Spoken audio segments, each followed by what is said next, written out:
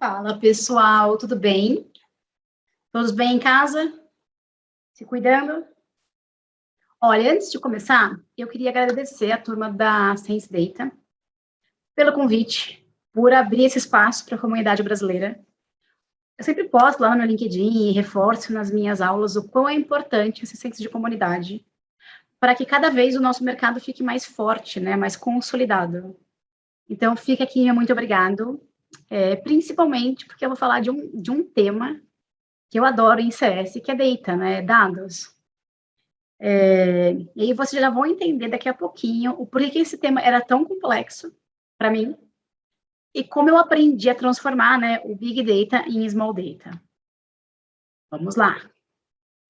Deixa eu me apresentar. Bom, eu sou Luciana Teles, eu sou Head de CS, né, e Customer Care na Axor. Para quem não conhece, a Axor é uma empresa 100% brasileira de cibersegurança. Então, olha que desafio super diferente, né, gente, no mundo de sucesso do cliente, né? Provar valor para o cliente através da atuação nas fraudes que os criminosos aqui cometem todos os dias, né? Sou professora da FIA e da CS Academy, sou caster do maior podcast do Brasil de Customer, né, o ClienteCast. Sou jornalista por formação, olha o primeiro spoiler, né? Jornalista trabalhando com dados.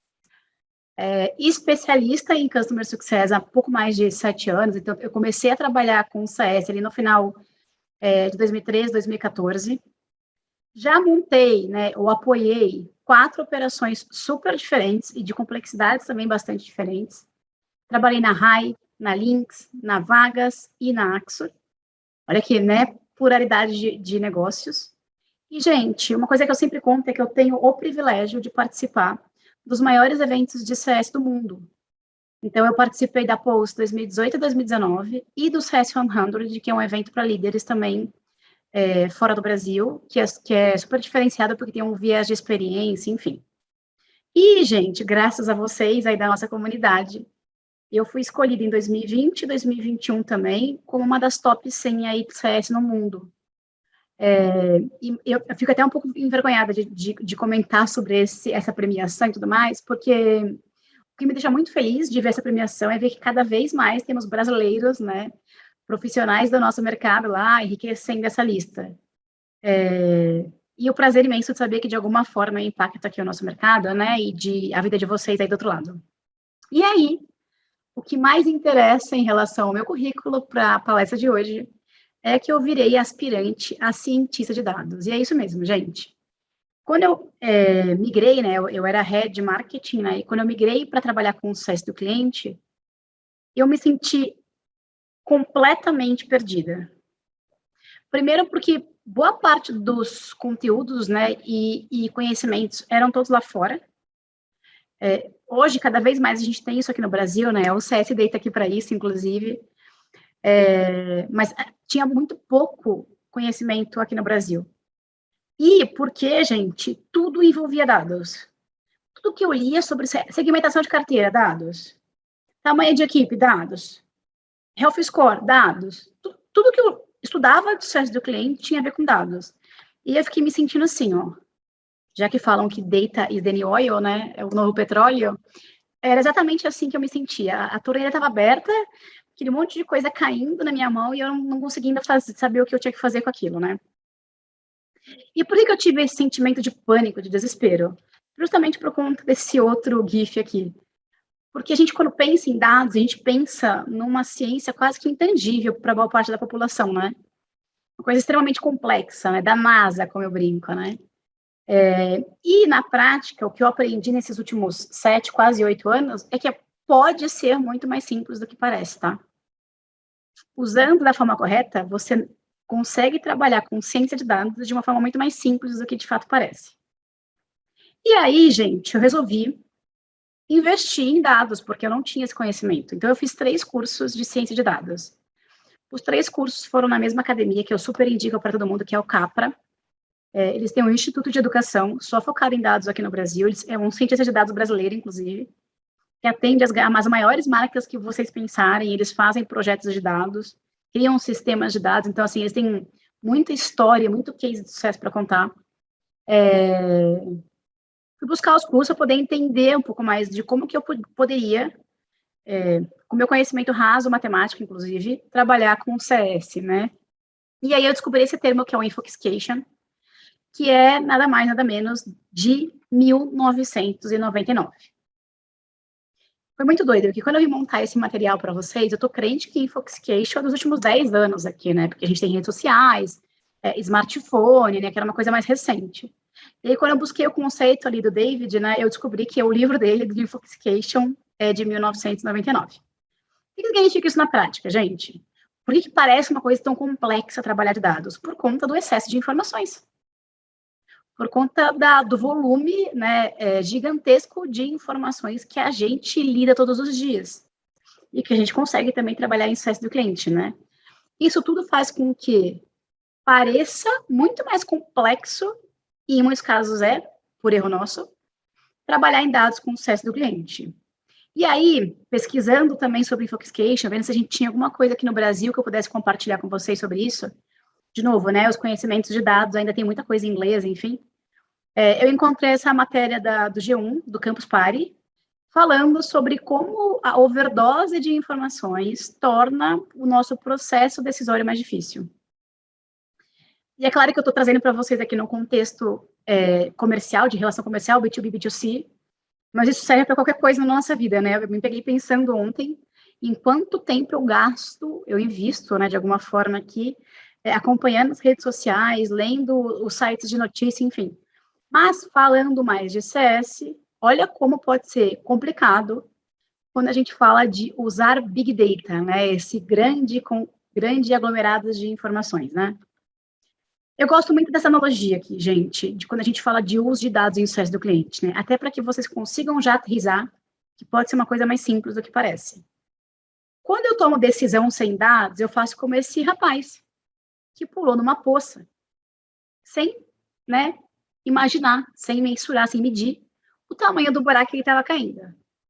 Tomar decisões sem dados é isso, é assumir riscos, porque eu não tenho nenhuma informação que me diga o tamanho da informação que eu vou enfrentar ali na frente.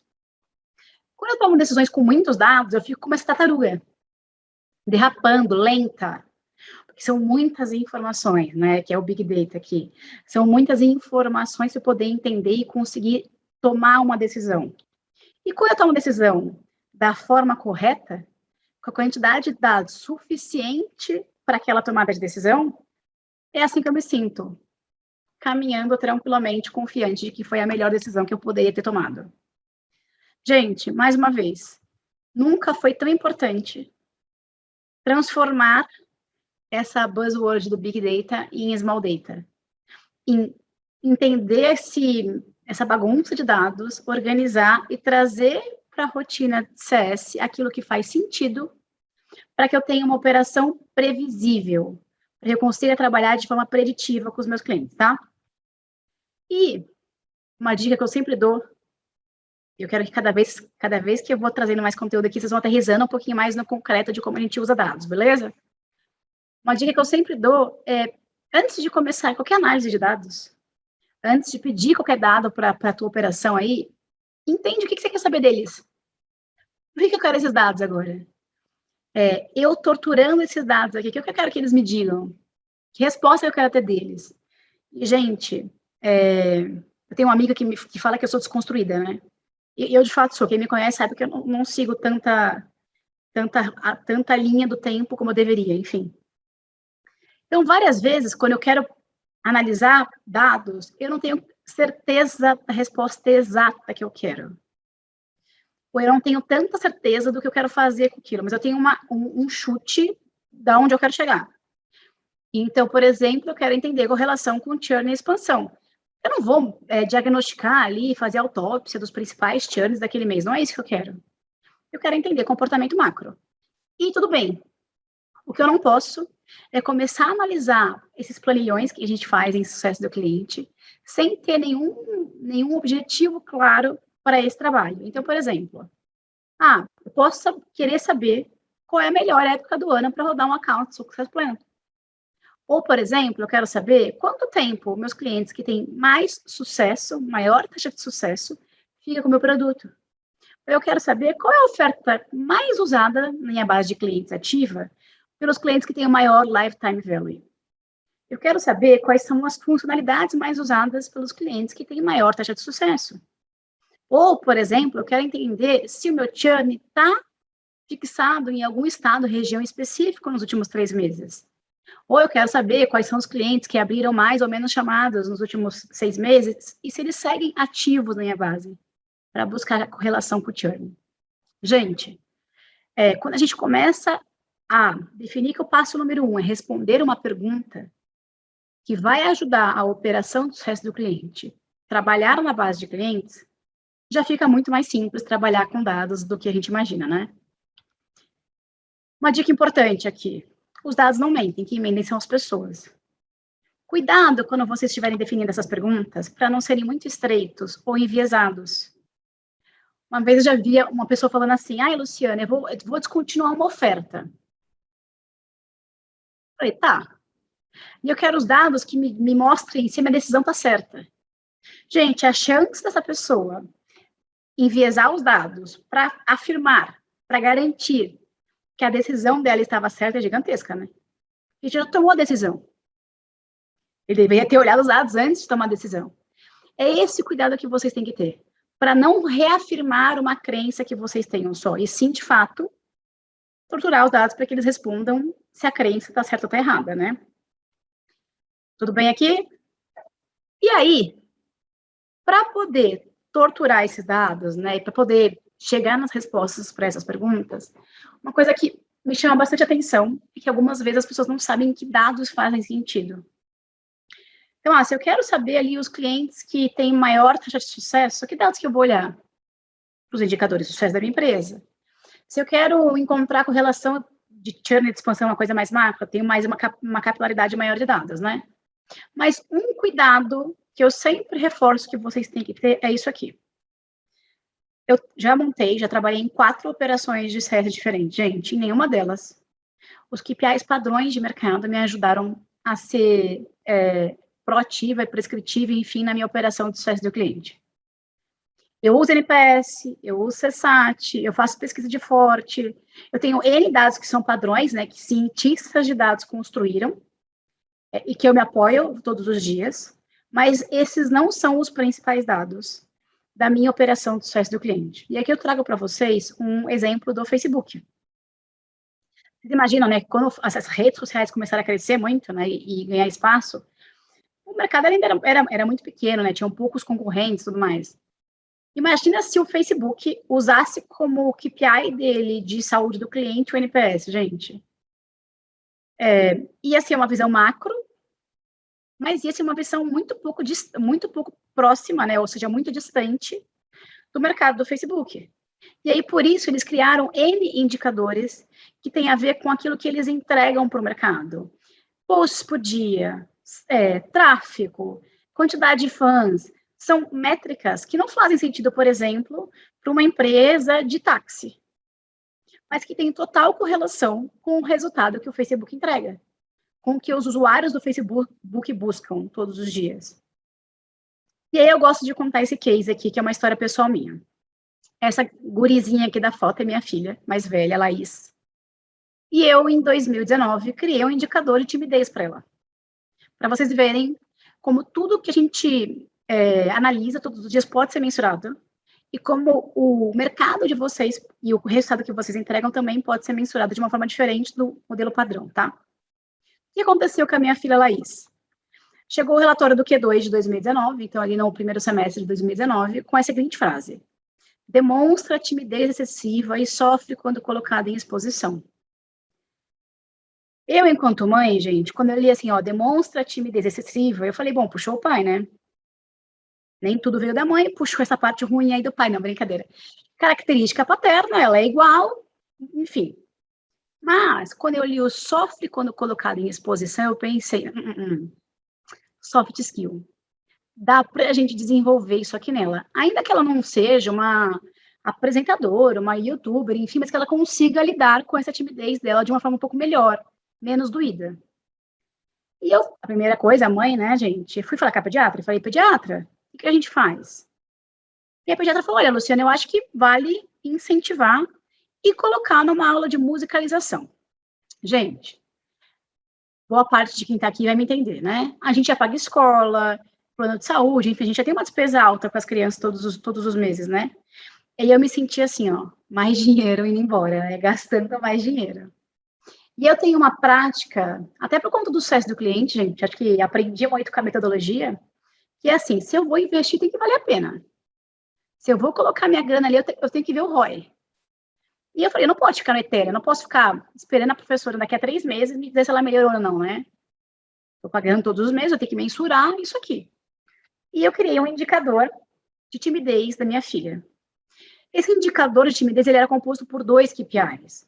Um era um teste anônimo que eu fazia em casa, é óbvio que ela não sabia que estava sendo testada, mas eu falava assim, tinha alguém comendo pizza aqui em casa, eu falava, vai lá, filha, coloca a fantasia da Elsa. Aí, quando ela chegava com a fantasia, eu falava, vai com vocês na passarela, Laís. Aí eu mensurava se ela olhava nos olhos das pessoas, se ela sorria, enfim. Criei um teste para poder dizer como que ela se comportava quando colocada nessas situações. E todo mês, todo final na última semana do mês, assim, eu mandava para a professora na escola uma pesquisa via aplicativo, perguntando para ela como é que tinha sido a Laís nas situações de exposição. E eu comecei a acompanhar a evolução da Laís em relação à musicalização. E eu passava, o mais doido é que, assim, a professora de música talvez entenda muito menos de dados até do que eu, né? Porque é um pessoal mais das artes, né? E eu falei para ela, olha, eu criei um indicador, tal. Ela falou, cara, que curioso, me conta. E eu contei para ela, ela começou a contar isso para as outras mães, tá? Que tinha como mensurar o resultado do trabalho dela. Ou seja, CERS, né? E eu fiquei acompanhando. E aí foi, né? Agosto, setembro, outubro, novembro e dezembro. Teve a apresentação da escola. A escola dela faz a apresentação num teatro grande aqui de São Paulo, todos os anos. E essa aqui, como vocês podem ver pela setinha, é minha filha mais velha, vestida de galinha, o que deve ser um pouco vergonhoso, né, inclusive, num palco, dançando e cantando com os amigos.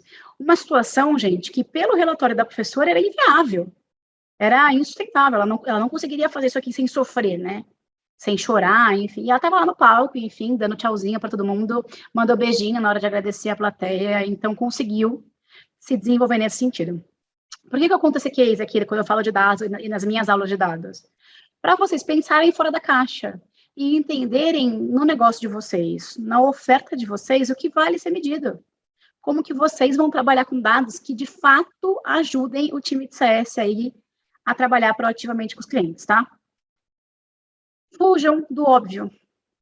Pensa sempre no que faz sentido para o negócio de vocês. E aqui já trazendo um outro exemplo de indicador de engajamento. No geral, as empresas tendem a achar que quanto mais tempo o cliente fica no produto ou no serviço, mais engajado ele é, né? E para o Netflix e para as plataformas de streaming, isso faz todo sentido. Quanto mais tempo eu fico no meu Deezer ou no meu Netflix, mais engajada eu tô, né? Se eu não estiver dormindo. Mais sucesso eles estão me entregando, porque eu estou vendo mais seriados. Quando eu falo, por exemplo, do Google, da plataforma de busca do Google aqui especificamente, quanto menos tempo eu ficar, mais rápido eu conseguir atingir meu resultado. Então, cuidado com essa visão só macro de mercado, de que quanto mais, melhor, né, more data, enfim. Cuidado com isso, porque vocês têm que entender o que faz sentido para a oferta de vocês.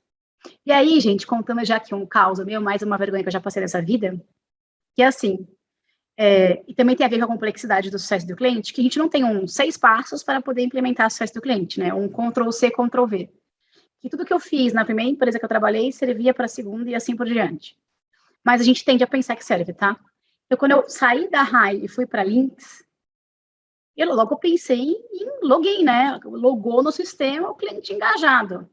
E aí, quando eu entendi que para o varejo o cliente era obrigado a logar para poder emitir nota fiscal, né, por conta da fazenda, isso foi por água abaixo, ou seja, login não faz o menor sentido como métrica de engajamento. Então, gente, por isso que é importante vocês pensarem, saírem nessa visão do padrão, do que está pronto aí no mercado, o que faz sentido para a operação de vocês, e criarem as suas próprias medições, que podem ser caseiras no primeiro momento. Eu posso fazer no Excel, eu posso rodar uma pesquisinha, eu posso ter um acompanhamento manual no primeiro momento, não tem nenhum problema, desde que eu consiga validar que aquilo tem qualquer correlação com o sucesso do meu cliente, tá? E aí, uma outra coisa que eu fui aprendendo com os dados é que eles têm várias formas de você utilizar, na verdade, tem vários níveis de maturidade, que quanto mais maduro vocês ficam em relação a isso, mais valor vocês tiram desses dados, né? Esse aqui é um gráfico do último, acho que foi o último curso que eu fiz da Capra, que era sobre tomada de decisão baseada em dados, que mostra justamente aqui a complexidade, né, a maturidade dos dados e o valor que a gente tira deles. Gente, olha só como é diferente o uso de dados. Estamos falando de uso de dados, tá? Sempre de uso de dados. Eu tenho uma fase que a gente chama de descritiva, que é eu sei o que está acontecendo. Eu tenho uma fase diagnóstica, que eu falo, olha, por que isso aqui aconteceu? Eu tenho uma fase preditiva, que é, peraí, se eu não fizer nada, o que vai acontecer? E eu tenho uma fase prescritiva, que não atua, está lá no topo do gráfico, em maturidade, em valor, que é, peraí, o que eu devo fazer para poder evitar ou garantir que isso aqui aconteça? Vou dar um exemplo mais concreto com o sucesso do cliente, para que vocês façam deparo aí para a empresa de vocês, tá? Bom, descritivo, perdi 10 clientes esse mês. Ok, né? Não, vocês já sabem que não existe empresa que o churn zero, perdi 10 clientes esse mês. Bom, os clientes que eu perdi esse mês, eles tinham como comportamento parecido, baixo uso do produto, eles logavam uma vez por semana apenas, e eles não haviam chamados no suporte. Eu estou numa fase diagnóstica, então estou dizendo que os clientes que eu perdi tinham esse comportamento aqui. Peraí, 30% da minha base ativa hoje tem o mesmo comportamento. Está no mesmo cenário. Loga uma vez por semana, né? Usa o produto uma vez por semana e não abre chamadas no suporte. Preditivo, peraí. Se eu não fizer nada, eu vou perder, tenho grande chance de perder mais 30% da minha base de clientes. E aí eu entro na fase prescritiva que, peraí, sabendo disso aqui tudo, eu vou rodar um Account Success Plan focado em adoção, para garantir que eu não perca os 30% da base que estão com o mesmo comportamento. Gente, em sucesso do cliente, a gente só atinge a maturidade ideal em dados quando a gente consegue ser prescritivo. Aliás, o nosso desafio em sucesso do cliente é ser prescritivo, né? Poder atuar antes do cliente levantar a mão. E aqui é um exemplo ruim, mas eu consigo dar um exemplo bom para vocês também, que é assim, olha, eu fiz 10 expansões esse mês na minha base de cliente ativa. Upgrades, né, de MRR. Olha, os clientes que eu consegui fazer expansão, esses 10, eles tinham alto uso do produto, eles logavam todos os dias úteis. E eles abriram, em média, 2 chamados por semana no suporte. Olha, 30% da minha base ativa tem esse mesmo comportamento. Vamos rodar um playbook ou um account success plan de expansão? É isso que a gente busca enquanto líder do sucesso do cliente. Poder dizer, através dos dados, para os nossos times e para a empresa, quando alguma coisa vai acontecer e como que eu vou atuar para mitigar a maior parte desse risco ou trabalhar da melhor forma as oportunidades de expansão. Cuidado, gente, calma. Não precisa entrar em pânico, porque a cabeça não precisa explodir para vocês fazerem isso aqui, tá? Quando eu falo, parece mais complexo do que na prática é. Lembra? Big Data em Small Data. Gente, é super importante que vocês usem um processo de análise de dados. E aí vocês vão ver como pode ser mais simples do que normalmente a gente acha que é trabalhar com dados em sucesso do cliente, tá?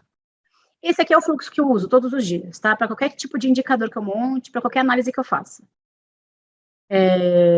Eu vou definir o objetivo e a pergunta. E lembra que nem sempre eu vou no micro da pergunta. Às vezes eu tenho uma dúvida mais macro, e a partir da resposta da dúvida macro, eu vou descendo nas análises menores, tá? Então, eu vou definir qual é o objetivo. Eu quero saber quais são as funcionalidades mais usadas do meu produto. Pronto. Por que eu quero saber quais são, gente? Porque sabendo quais são as funcionalidades mais usadas, eu posso mensurar que resultado que elas entregam, checar se tem correlação com o lifetime value da minha base de clientes, e aí garantir que os clientes que não usam, usem essas funcionalidades também, tá? Mas vamos lá, por partes. Definir qual é a pergunta que eu quero. Vou buscar os dados que me ajudem a responder essa pergunta. Então, pode ser dado de acesso, pode ser dado de exportação, enfim, as queries aí que os engenheiros de vocês conseguirem apoiar, tá? Vou gerar esses dados e vou organizar esses dados, limpar. Quando a gente faz a análise de dados cruzados, principalmente nas empresas, eu tenho várias fontes de informação. E aí, esses dados, eles vêm de formatos muito diferentes, vêm com erros, às vezes, de teste que o pessoal fez na base de clientes. Enfim. Então, vocês têm que garantir, gente, essa aqui é uma etapa super importante para quem trabalha com dados no sucesso do cliente. garantir que vocês limparam essa base de dados e que vocês organizaram as informações da base de dados, tá? A partir daí, eu vou buscar a resposta da minha pergunta, eu vou interpretar os dados, vou explorar os dados e vou validar as minhas hipóteses. Para que quando eu tiver as respostas para aquela minha pergunta, eu possa classificar essa descoberta e comunicar para quem tenha que ser envolvido, tá? Então, por exemplo, eu quero saber quais são as funcionalidades mais usadas para quem tem mais tempo de casa.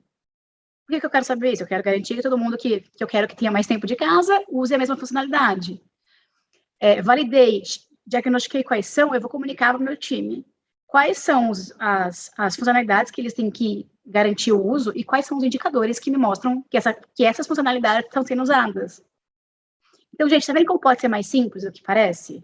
A gente, e até por conta dessa imaturidade de dados que a gente vive no mercado corporativo, a gente que complica e acha que é um pouco mais complicado do que é, né? Façam do Big Data e Small Data o tempo inteiro.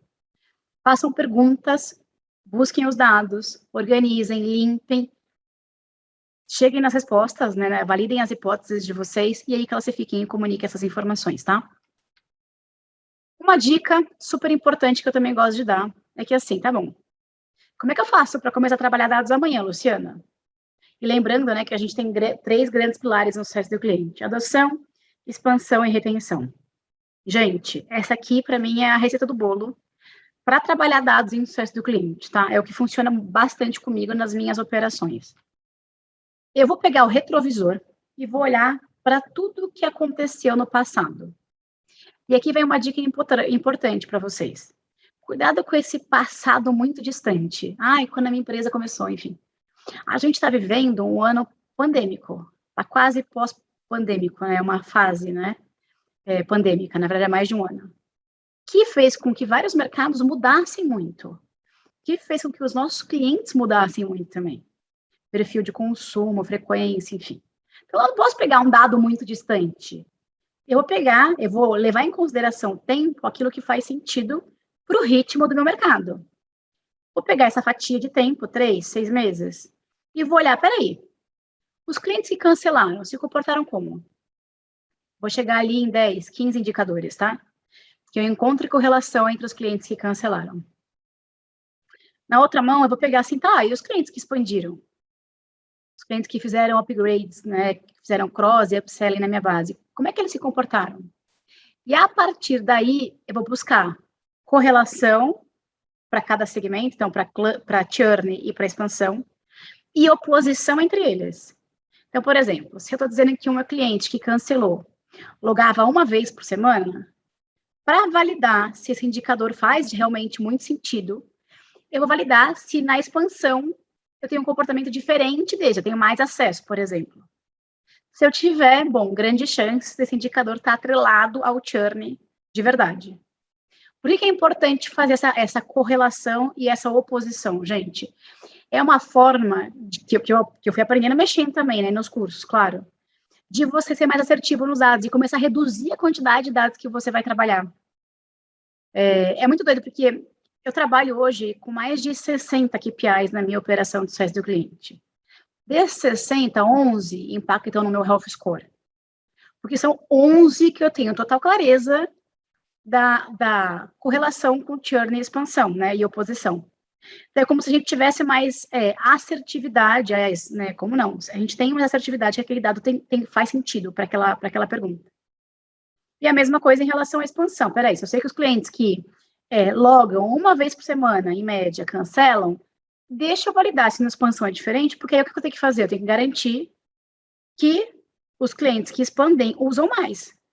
E fica mais fácil saber quem são os clientes que estão prontos, né, estão aptos a fazer uma expansão. Ponto. Peguei esses dados, já entendi. Já sei como é que se comporta um cliente que cancela, já sei como se comporta um cliente que expande. Pego essa informação e replico na minha base. Quem tem perfil de churn? Quem tem perfil mais próximo ao perfil do cancelamento? E quem tem perfil mais próximo ao perfil de expansão? Porque aí, gente, é um primeiro passo para vocês terem clareza da base de clientes de vocês, quem está saudável ou não. Aonde moram os riscos de vocês em relação aos churns.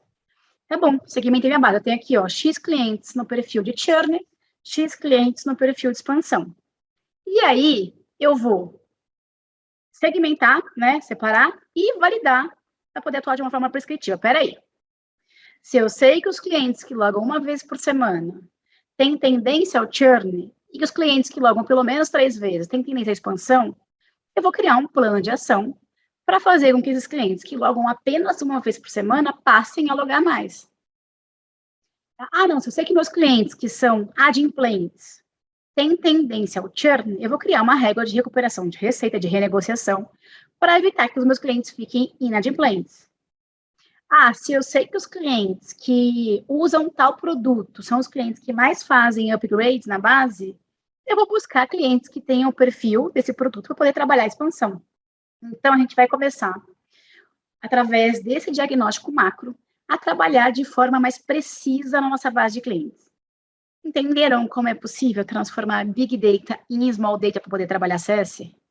Como não precisa ser um cientista da NASA, formado em matemática, enfim, para que vocês consigam trabalhar com dados de forma assertiva na operação de vocês? Para que vocês comecem a construir os principais indicadores de saúde dos clientes de vocês? E aí uma dica super importante antes de acabar, que eu falo também sobre essas pesquisas que a gente roda e tudo mais, né, que também são dados. Se vocês rodam essas pesquisas, se vocês buscam essa voz do cliente, ou se vocês, por exemplo, fazem análises internas de dados e não fazem nada com isso depois, engavetam a informação, é melhor nem fazer, gente. É um tempo, é uma efetividade muito baixa do trabalho de vocês enquanto gestores ou profissionais de sucesso do cliente. Qualquer análise de dados que vocês fizerem, qualquer tortura aos dados que vocês fizerem, tem que ser úteis para alguma resposta, para alguma transformação, para algum ajuste na operação de vocês. Se for só para vocês validarem um viés, enfim, nem façam, porque vocês não vão estar tirando do potencial dos dados aquilo que eles podem entregar melhor para vocês. E aí, a segunda dica é, vocês precisam comunicar ao restante da empresa sobre esse potencial que CS tem em relação a dados. Sei que tem várias palestras aqui no CSD sobre cultura, e é um segundo tema que eu gosto bastante também, mas quantos de vocês já ouviram assim, você é muito emocional, você sente muito as dores do cliente, você fica meio desesperada, enfim. Porque muitas vezes o que a gente faz de errado, é assim, abre parênteses, que bom que a gente é assim, né? Que bom que a gente é empático, porque senão a gente não estaria nessa posição que a gente está, né? Trabalhando com o cliente na ponta. Fecha parênteses. Mas o que a gente faz de errado para gerar essa percepção? É não basear os nossos pedidos, né? E as nossas comunicações internas em dados. Então, ao invés de vocês chegarem para a empresa e falar, eu tenho vários clientes com risco de churn, quantos são? Com base no quê? Como é que vocês também aproveitam desse potencial dos dados, do Small Data, para transformar a cultura da empresa de vocês, para potencializar essa mudança que é tão importante de colocar o cliente no centro. Então, gente, sempre que vocês conseguirem se apoiar em dados para poder fazer esse pleito, né, essa comunicação interna, vai ser muito mais saudável para vocês. Bom, é isso. Eu espero que vocês aproveitem bastante aqui do conteúdo, que ele seja útil aí para o dia a dia de vocês, que vocês consigam transformar a Big Data em Small Data de verdade. E aí, se vocês quiserem continuar conversando comigo, tá aqui o meu LinkedIn, tá bom? Obrigada aí pelo tempo de vocês. Valeu, time Sense Data. Beijo grande.